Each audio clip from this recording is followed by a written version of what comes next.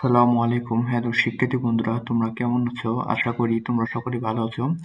আজ আমি তোমাদের সামনে সপ্তম শ্রেণীর বিজ্ঞান প্রশ্ন নিয়ে হাজির হয়েছি। এখানে তোমরা একাধিক স্কুলের প্রশ্ন তোমরা পাবা এবং এই প্রশ্নগুলো থেকে হুবহু টাইপ তোমাদের পরীক্ষায় আসতে পারে। চলো আর দেরি না করে ভিডিওটা শুরু করা যাক।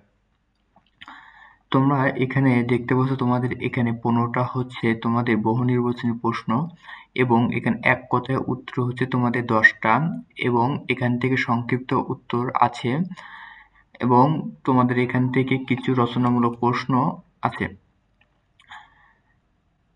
এরপর তোমাদের হচ্ছে দ্বিতীয় নম্বর যে স্কুলের প্রশ্ন তোমরা এখানে দেখতে পাচ্ছ যে তোমাদের এখানে দ্বিতীয় নম্বর স্কুলে তোমাদের কতটা 15টা হচ্ছে তোমার টিক চিহ্ন দিছে এবং এখান থেকে এক কথায় উত্তর তোমাদের এখানে দিয়ে দিছে।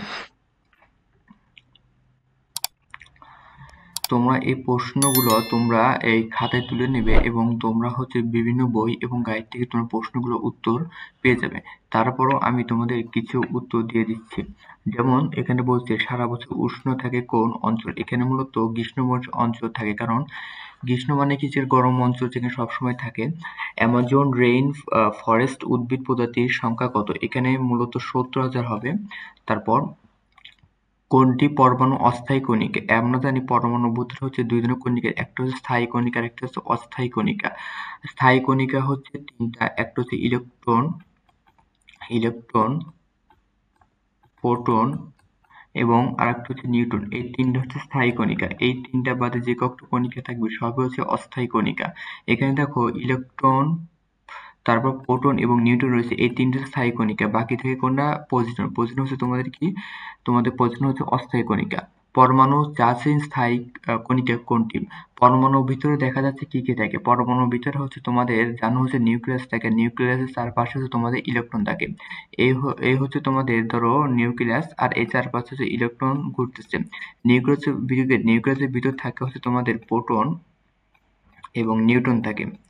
মূলত এই প্রোটনের চার্জ হচ্ছে তোমাদের পজিটিভ চার্জ এবং আরেকটা হচ্ছে বাইরে যে পরিমাণ যে থাকে ইলেকট্রন, সেই ইলেকট্রন চার্জ হচ্ছে নেগেটিভ। আর আর যে একটা নিউট্রন থাকে পরমাণুর মধ্যে, এই তিনটে হচ্ছে তোমাদের কি স্থায়ী কণিকা। আমি প্রথমে 3 নম্বর প্রশ্ন বলেছিলাম যে ইলেকট্রন, প্রোটন, নিউট্রন হচ্ছে একটা স্থায়ী কণিকা। আর স্থায়ী কণিকার মধ্যে দেখা শুধুমাত্র নিউট্রনেরই চার্জ নাই, না ছাড়া অন্যান্য ইলেকট্রন এবং প্রোটনের চার্জ আসছে। এখানে দেখো আরেকটা প্রশ্ন বলছে বহুল ব্যবহৃত কোমল পানীয়তে একটি পদার্থ বিদ্যমান যা পানীয়টি বোতল খোলার সাথে সাথে গ্যাস আকারে বের হয়ে যায়। তাহলে কোনটি বের হয়ে যায়? মূলত যখন কোমল পানি করা হয় তখন তার ভিতর থাকে কি মূলত কার্বনেট থাকে। সেই কার্বনেট পরবর্তী সময় ভেঙে গিয়ে উৎপন্ন হয় হচ্ছে মূলত কি কার্বন ডাই অক্সাইড। যখন তোমরা ঝাঁকি দাও তখন সেখান থেকে কার্বন ডাই অক্সাইড এখানে বেরিয়ে যায়। এখানে কিছু যেমন ক্রোমোজোম অবস্থান কোথায়? ক্রোমোজোম কোথায় থাকে? ক্রোমোজোম হচ্ছে নিউক্লিয়াসে থাকে। ক্রোমোজোমের অনেক এখানে প্রশ্ন কিছু আছে, সব প্রশ্ন বিশ্লেষণ করা দেওয়া সম্ভব না, অনেকগুলো প্রশ্ন আছে। এখান থেকে 9 নম্বর প্রশ্ন বলছে একজন সুস্থ মানুষের শরীরের তাপমাত্রা কত? একজন সুস্থ মানুষের শরীরের তাপমাত্রা দেখতে হবে এটা কি ডিগ্রি নাকি ফারেনহাইট। আমরা জানি হচ্ছে ডিগ্রিতে হচ্ছে কত? ডিগ্রিতে হচ্ছে 36.89 ডিগ্রি সেলসিয়াস, অথবা তুমি ধরতে পারো হচ্ছে 37 ডিগ্রি সেলসিয়াস। আর ফারেনহাইট এখানে দেখতে হবে তাহলে কত। দেখো এখানে বলছে 98.4 কি, এটা 98.4 ডিগ্রি সেলসিয়াস। এরকম ফারেনহাইট হলে আমাদের অ্যান্সার সঠিক ছিল। অনেকজন এখানে ক নম্বর উত্তর দিয়ে দিবে পারো, কারণ এখানে দেখতে হবে ডিগ্রি আছে না ফারেনহাইট। যেহেতু এখানে কি আছে সেলসিয়াস আছে, তার জন্য এটা উত্তর হবে না, উত্তর হবে গ নাম্বার এখানে ডিগ্রি সেলসিয়াস। কিছু আছে যেমন ব্রোঞ্জ কোন ধরনের সংকর? ব্রোঞ্জ হচ্ছে তামা এবং টিন দ্বারা তৈরি। দুধ কি ধরনের দ্রবণ? এখানে সালফেশন দ্রবণ এক ধরনের থাকে। এখান থেকে আরো কিছু কিছু প্রশ্ন আছে, তোমরা দেখে নেবা, যেহেতু সব প্রশ্ন তো অনেকগুলো প্রশ্ন আছে। তো ব্যাটারিতে রাসায়নিক অস্বাভাবিক কোষ বিভাজনের ফলে কি তৈরি? অস্বাভাবিক কোষ বিভাজনের ফলে অনেক সময় দেখা যাচ্ছে কি তৈরি হতে পারে? মূলত টিউমার এবং ক্যান্সার সৃষ্টি হতে পারে। ব্যাটারির রাসায়নিক শক্তি কোন শক্তি? ব্যাটারির একটা রাসায়নিক শক্তি মূলত কি শক্তিতে রূপান্তরিত হয়? রাসায়নিক শক্তি মূলত বিদ্যুৎ শক্তিতে রূপান্তরিত হয়। এখানে দেখো সংক্ষিপ্ত প্রশ্নের উত্তরের মধ্যে অনেক প্রশ্ন আছে, যেমন অর্ধপরিবাহী কি? অর্ধপরিবাহী হচ্ছে যারা হচ্ছে কোনো কোনো সময় ধাতুর মতো আচরণ করে বা কোনো সময় অধাতুর মতো আচরণ করে, তারাই হচ্ছে মূলত অর্ধপরিবাহী পদার্থ।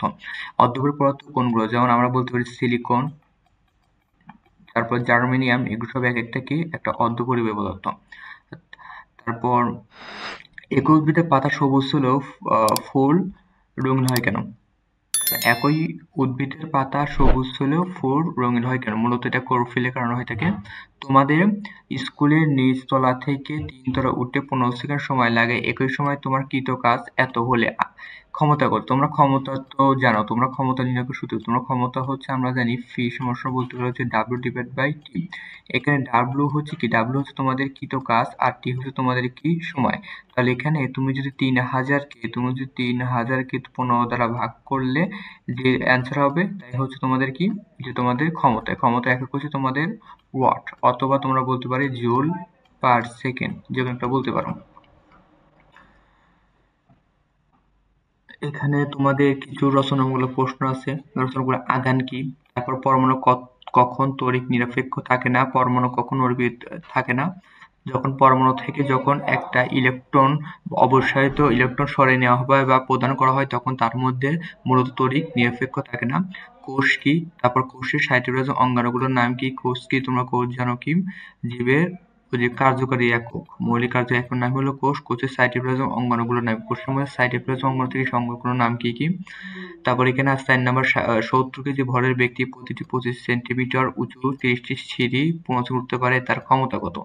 যেহেতু এখানে বলছে ৭০ কেজি, আমরা এখানে কিভাবে আমরা একটু আগে তোমাকে দেখালাম যে পি সমস্যা বলতে পারে হচ্ছে আমাদের W/T। এখানে W কি? W হচ্ছে তোমাদের হচ্ছে কৃতকাজ নির্ণয় করার সূত্র কি? যেহেতু এখানে উচ্চতার কথা বলেছে। mn কত? m হচ্ছে তোমাদের ভর কত এখানে দেওয়া আছে? ৭০ দিবা, তারপর g এর মান দেওয়া আছে এখানে 9.8 এবং h উচ্চতা কত? তুমি কতটুকু উচ্চতা ওঠা? প্রতিটি সিঁড়ির উচ্চতা কত? এখানে কি দেওয়া আছে? সেন্টিমিটার দেওয়া আছে। সেন্টিমিটার কি করতে হবে তোমাদের? মিটারে কনভার্ট করতে হবে। তারপর এখান থেকে ৩০ দ্বারা গুণ করতে হবে, কারণ একটা সিঁড়ি যদি ২৫ সেন্টিমিটার হয় তাহলে ৩০টা সিঁড়ি কত? যতটুকু উচ্চতা হবে তাকে ১০০ দ্বারা ভাগ করলে আমাদের কি মিটার বের হয়ে যাবে। তারপর এখানে তোমাদের একটা দেখো ৩ নাম্বার একটা চিত্র দিছে। চিত্র এ এর অঙ্গাণুর নাম কি? দেখো এই অঙ্গাণুর নাম হচ্ছে তোমাদের কি? ক্লোরোপ্লাস্ট। বড় হয় এটাকে প্লাস্টিক বলা হচ্ছে। তারপর এখান থেকে তোমাদের একটা পরীক্ষামূলক একটা দিছে। এখানে দেখো তোমার ২ নম্বর বলছে এক্স ওয়াই সাহায্যে ৫টি রাসায়নিক যৌগের নাম এবং সংকেত লেখো। তাহলে এক্স এবং ওয়াই এখান থেকে এই যে ৫টি মানে এই যে কক্ষ দিয়েছে সেগুলো থেকে একটা রাসায়নিক নাম এবং সংকেত লেখো। যেমন এখান থেকে বলতে পারো পটাশিয়াম ক্লোরাইড বলতে পারো, তারপর হচ্ছে অ্যালুমিনিয়াম ক্লোরাইড বলতে পারো, এরকম ম্যাগনেসিয়াম। তারপর দেখো তারপর হচ্ছে অন্য একটা স্কুলের প্রশ্ন দেখো, এখানে বলছে অনুসংক্ষিপ্ত রূপকে কি বলে? অনুসংক্ষিপ্ত রূপকে বলা হয় থেকে মূলত কি?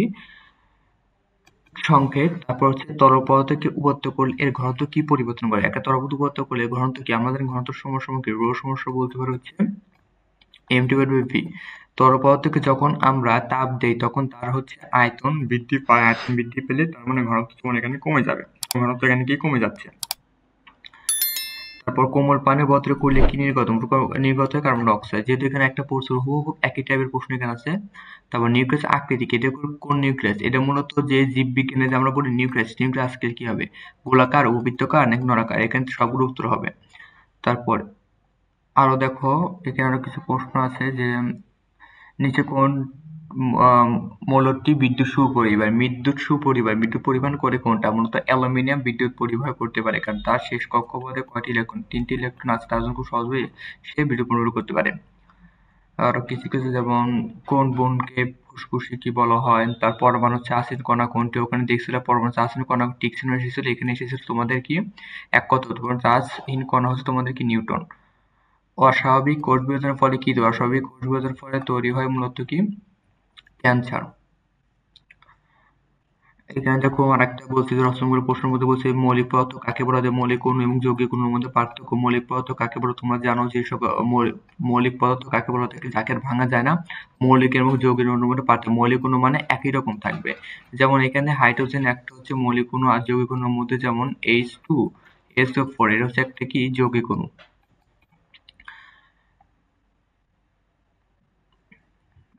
এখান থেকে তোমাদের অনেকগুলো প্রশ্ন, সেই প্রশ্নগুলো তোমরা বিভিন্ন গাইডে এবং শেষ মুহূর্তে প্রস্তুতি গাইডে সেখান থেকে তোমরা দেখে নিবে। যেহেতু সবগুলো বিশ্লেষণ করা সম্ভব না, ভিডিওটা অনেক লং হয়ে যাবে। তাই ভিডিওটা তোমাদের পুরোপুরি দেখার জন্য সবাইকে ধন্যবাদ।